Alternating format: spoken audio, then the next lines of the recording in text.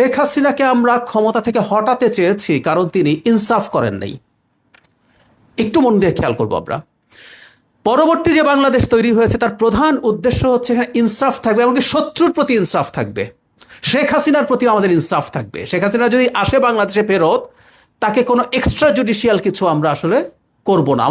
আমাদের কাছে প্রতিজ্ঞা কি, আমরা জুডিশিয়ালি করবো। ওনার বিচার হয়েছে, ওনাকে ডিফেন্ড করতে আবার দেয়া হবে, তাতে তার মৃত্যুদণ্ডাদেশ যদি তিনি মুক্তি পান, টেকনিক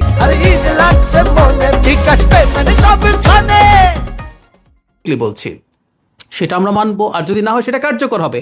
এটাই হচ্ছে ইনসাফ, কারণ মৃত্যুদণ্ড হওয়াও কিন্তু ইনসাফ, যে আমি আপনাকে প্রপার বিচারিক প্রক্রিয়ায় কাজটা করেছি। সাংবাদিকদের জন্য যারা আপনারা যেসব অভিযোগ করেছেন, আমি রিয়ালি বিশ্বাস করি মারাত্মক দুর্নীতির অভিযোগ আছে। তারা আমাদের যে মানবাধিকার বিরোধী অপরাধ হয়েছে, আমি ব্যক্তিগতভাবে মনে করি সেটাতে তাদের কারো কারো উস্কানি আছে, কিন্তু ওইটাই হলো কথা, তার অপরাধ যেটা সেটাই যেন বিচার হয়। আমাদের রাষ্ট্র এবং সরকার সেটা নিশ্চিত করতে চায়।